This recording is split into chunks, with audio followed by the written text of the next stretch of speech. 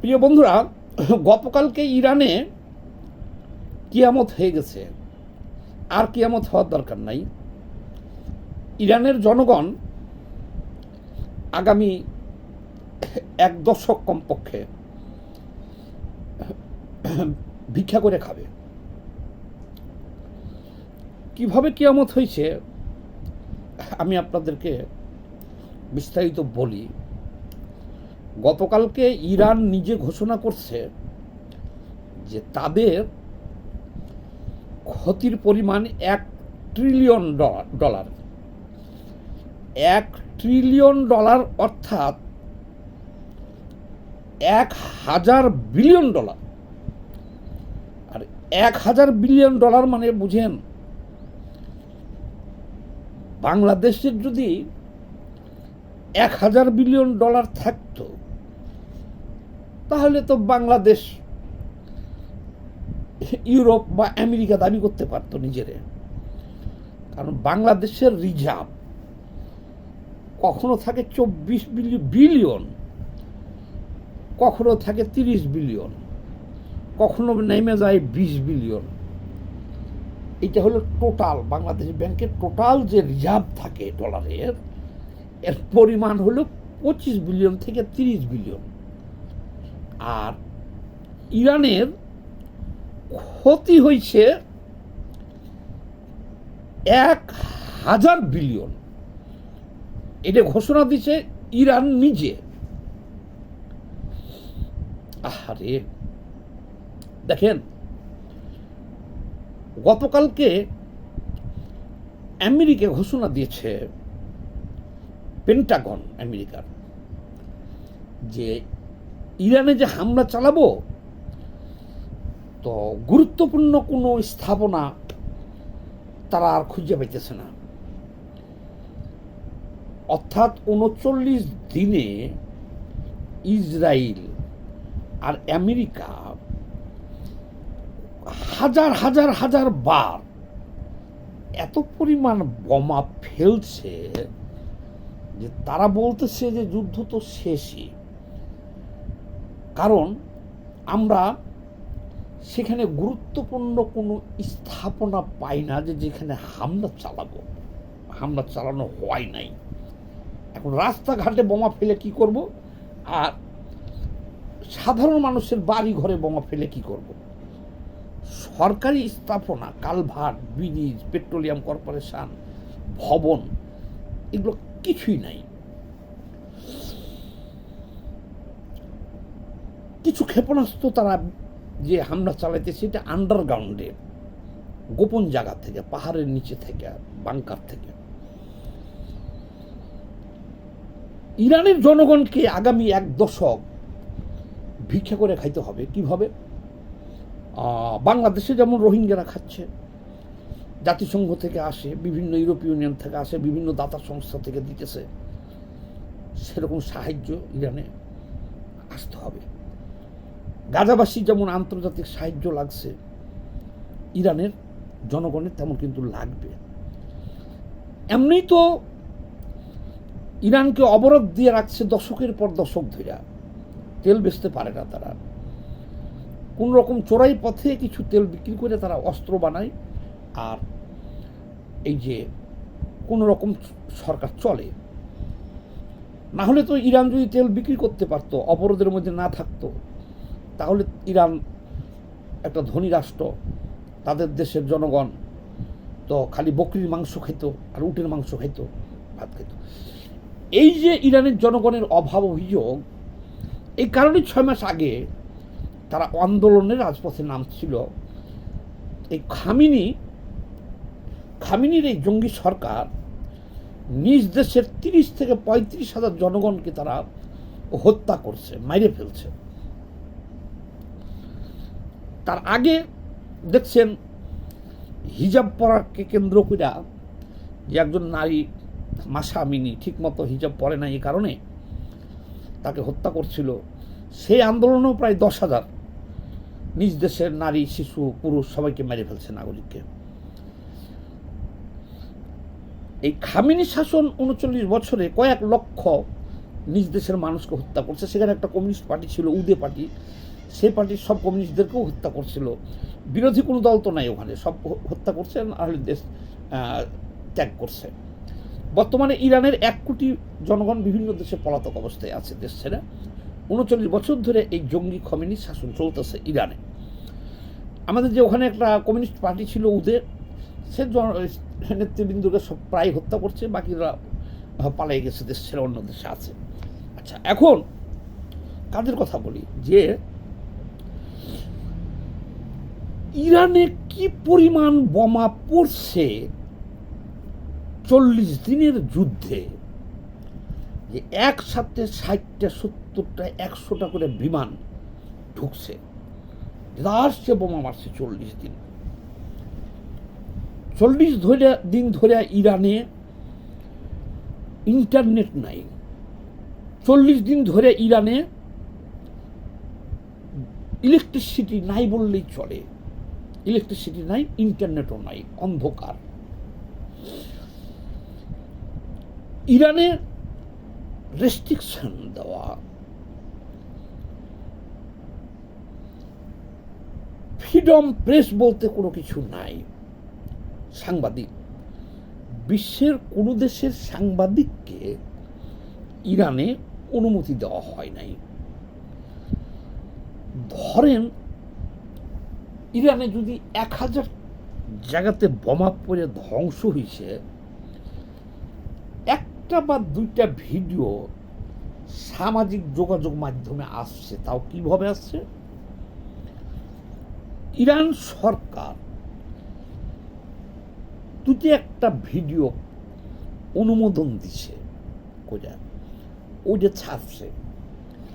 এই যে রয়টার্স বলেন, এএফপি বলেন, সিএনএন বলেন, আল জাজিরা বলেন, ওরা যতটুক ইরানের প্রচার করতে পারছে, তারা নিজ দেশ থেকে ওই স্যাটেলাইটের মাধ্যমে যে ছবি সংগ্রহ করতে পারে, 1000 ভাগের 1 ভাগ তারা প্রকাশ করতে পারছে। 1000 ভাগের 1 ভাগ। অর্থাৎ ইরানে কোনো সাংবাদিক, বিদেশের কোনো সাংবাদিক যাওয়ার কোনো অনুমোদন নাই। আর দেশের সাংবাদিকও তো বোমার ভয়ে সবাই পলাতক। তারপরেও ইন্টারনেটও নাই। আর বুঝেনি ইরান দেশের আইন, সরকারের অনুমোদন ছাড়া কোনো ভিডিও কেউ পাস করলে তার মৃত্যুদণ্ড। এই কারণে কোনো ভিডিও আমরা প্রকৃত ইরানের তথ্য পাই নাই কেউ। শুধু এইটুকুই বেরিয়ে আসছে তদন্তে এখন, যে ইসরায়েল বলছে, পেন্টাগন বলছে, একটা রিপোর্ট পাঠাইছে ডোনাল্ড ট্রাম্পের কাছে। আবার মোসাদ, ইসরায়েলের গোয়েন্দা সংস্থা, তারা রিপোর্ট পাঠাইছে নেতানিয়াহুর কাছে, যে আমরা যে হামলা করব, বিমান হামলা করার মতো কোনো অবশিষ্ট কিছু নাই। এখন হামলা করলে স্থল হামলা করতে হবে, আর না হলে বেসামরিক বাড়িঘর, পাবলিক মারতে হবে।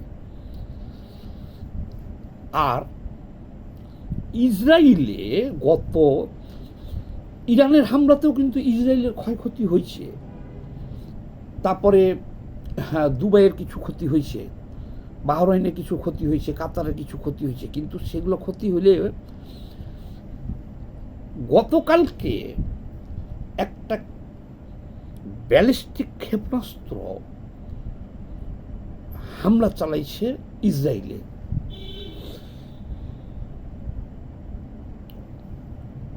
9 ঘন্টা যাবৎ এটা হামলাটা চালাইছে, কিন্তু যে লেবানন থেকে হিজবুল্লাহ গোষ্ঠী, জঙ্গি গোষ্ঠী, 9 ঘন্টা পর্যন্ত লাইভ দেখাইছে।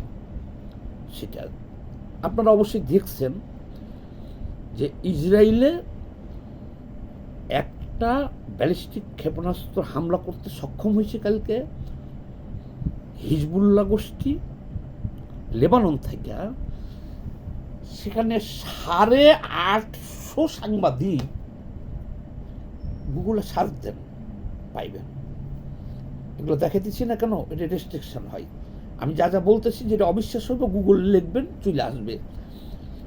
850 সাংবাদিক বিশ্বের Reuters, AP, Al Jazeera, CNN, BBC, সব বিশ্ব মিডিয়া,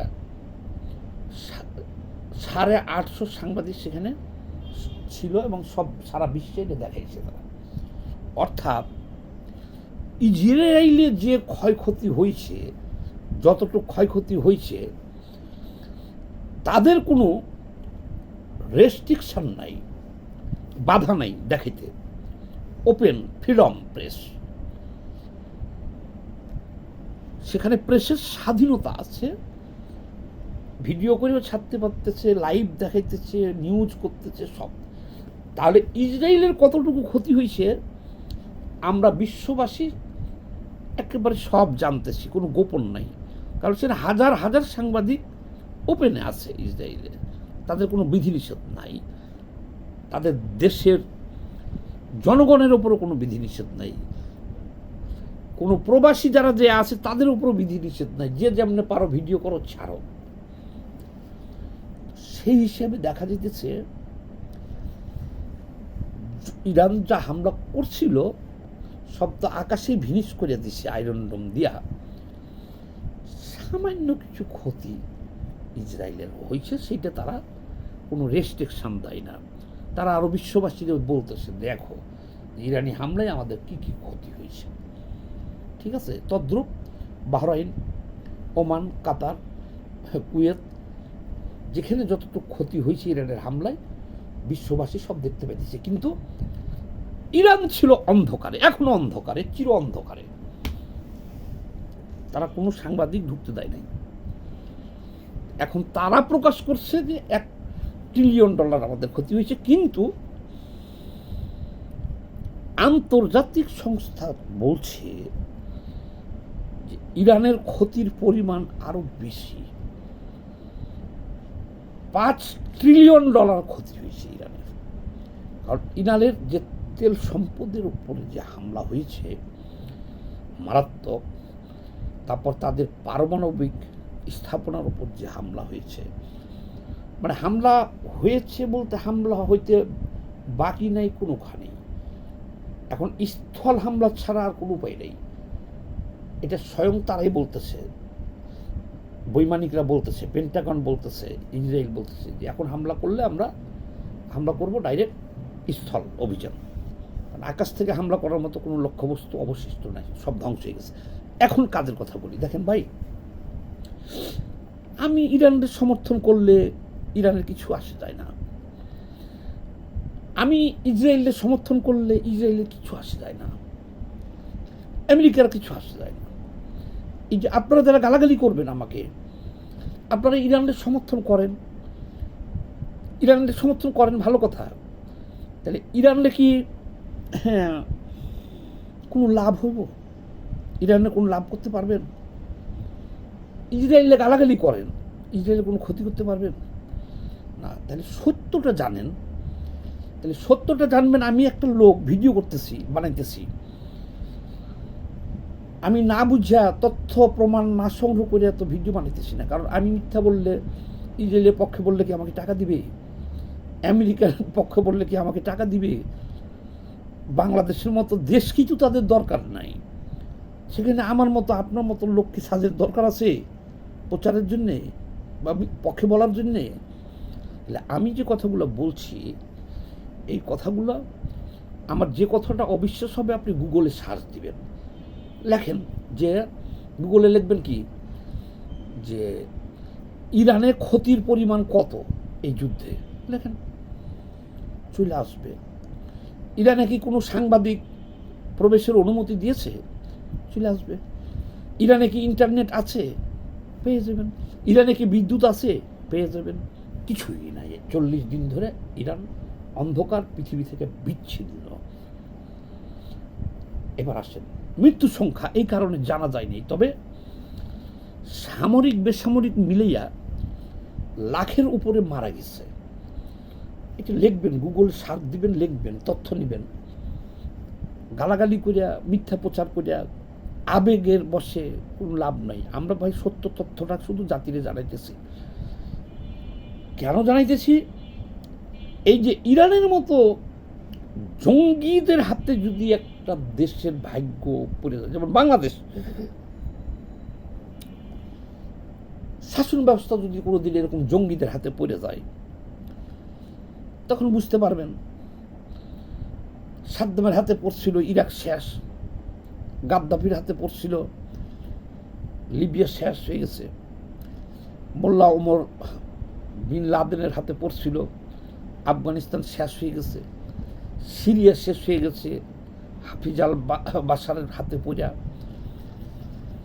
হামাসের হাতে পড়া ফিলিস্তিন শেষ হয়ে গেছে।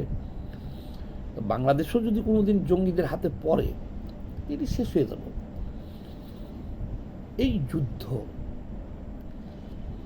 এখনো হামকি দিতেছে, সমস্ত শীর্ষ নেতৃবৃন্দকে মেরে ফেলছে, আর ধ্বংসযজ্ঞ তো শেষ, তারা হামলা করার জায়গা পেতেছে না।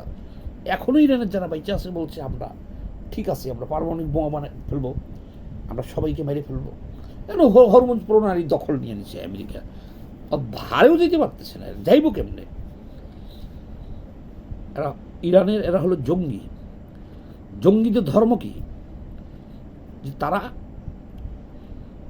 শহীদ হইয়া বেহেস্তে চলে যাব। যে খোমিনি বেহেস্তে আগে যে জায়গা নিয়ে নিছে, এখন এই আইআরজিসি, ইরানের জনগণকে বলছি না কিন্তু, মাফ করবেন, জনগণ না, এই জঙ্গি বাহিনী, সেনাবাহিনী যেখানে আইআরজিসি আছে খামিনি, তাদেরকে বলছি যে খামিনি আগে যে বেহেস্তে জায়গা নিছে, এখন এই সেনাবাহিনীর যতজন সদস্য আছে এরা শহীদ হয়ে খোমিনির কাছে না যাওয়া পর্যন্ত ইরানের জনগণের শান্তি হবে না। ইরানের রেজিম চেঞ্জ না হইলে, গণতন্ত্র না আসলে ইরানের জনগণ বাঁচতে পারবে না। এত সম্পদশালী একটা দেশকে এই খামিনির জঙ্গি শাসনে একটা ভিক্ষুক রাষ্ট্র বানাই দিল, দুঃখের বিষয়। যাক, গালাগালি যারা করবেন করেন, আর একটু খোঁজ খবর নেন। ইরানে কিয়ামত হয়ে গেছে। সবাই ভালো থাকবেন, ধন্যবাদ।